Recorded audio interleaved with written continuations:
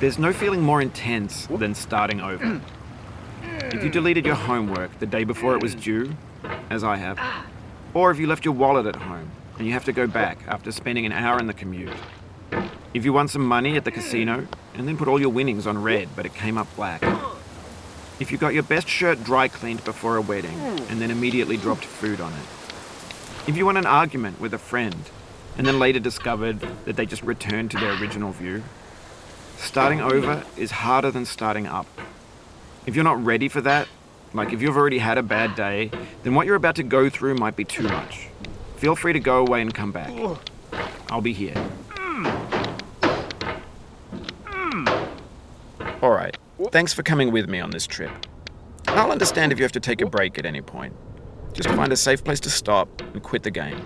And don't worry, I'll save your progress, always, even your mistakes. This game is a homage to a free game that came out in 2002, titled Sexy Hiking. The author of that game was Jazzuo, a mysterious Czech designer who was known at the time as the father of B games. And B games are rough assemblages of found objects. Designers slap them together very quickly and freely, and they're often too rough and unfriendly to gain much of a following.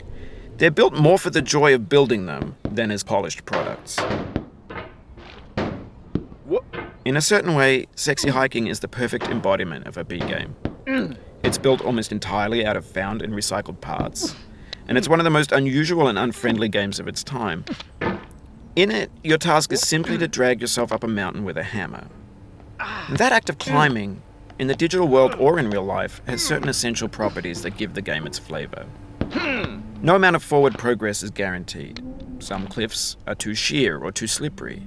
And the player is constantly, unremittingly in danger of falling and losing everything. Anyway, when you start Sexy Hiking, you're standing next to this dead tree that blocks the way to the entire rest of the game. It might take you an hour to get over that tree, and a lot of people never got past it.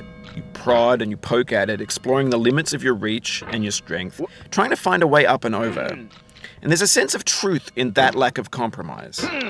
Most obstacles in video game worlds are fake. You can be completely confident in your ability to get through them once you have the correct method or the correct equipment or just by spending enough time. In that sense, every pixelated obstacle in Sexy Hiking is real. The obstacles in Sexy Hiking are unyielding, and that makes the game uniquely frustrating. But I'm not sure Jazzuo intended to make a frustrating game. The frustration is just essential to the act of climbing, and it's authentic to the process of building a game about climbing. A funny thing happened to me as I was building this mountain. I'd have an idea for a new obstacle, and I'd build it, test it, and it would usually turn out to be unreasonably hard. But I couldn't bring myself to make it easier. It already felt like my inability to get past the new obstacle was my fault as a player rather than as a builder. Imaginary mountains build themselves from our efforts to climb them, and it's our repeated attempts to reach the summit that turns those mountains into something real. When you're building a video game world, you're building with ideas, and that can be like working with quickset cement. You mold your ideas into a certain shape that can be played with, and in the process of playing with them, they begin to harden and set until they're immutable, like rock. And at that point, you can't change the world. Not without breaking it into pieces and starting fresh with new ideas. For years now, people have been predicting that games would soon be made out of prefabricated objects, bought in a store and assembled into a world. And for the most part, that hasn't happened, because the objects in the stores are trash. I don't mean they look bad or that they're badly made, although a lot of them are. I mean they're trash in the way that food becomes trash as soon as you put it in the sink. Things are made to be consumed and used in a certain context, and once the moment is gone, they transform into garbage. In the context of technology, those moments pass by in seconds. Over time, we've poured more and more refuse into this vast digital landfill that we call the internet. It now vastly outnumbers and outweighs the things that are fresh and untainted and unused. When everything around us is cultural trash, trash becomes the new medium, the lingua franca of the digital age.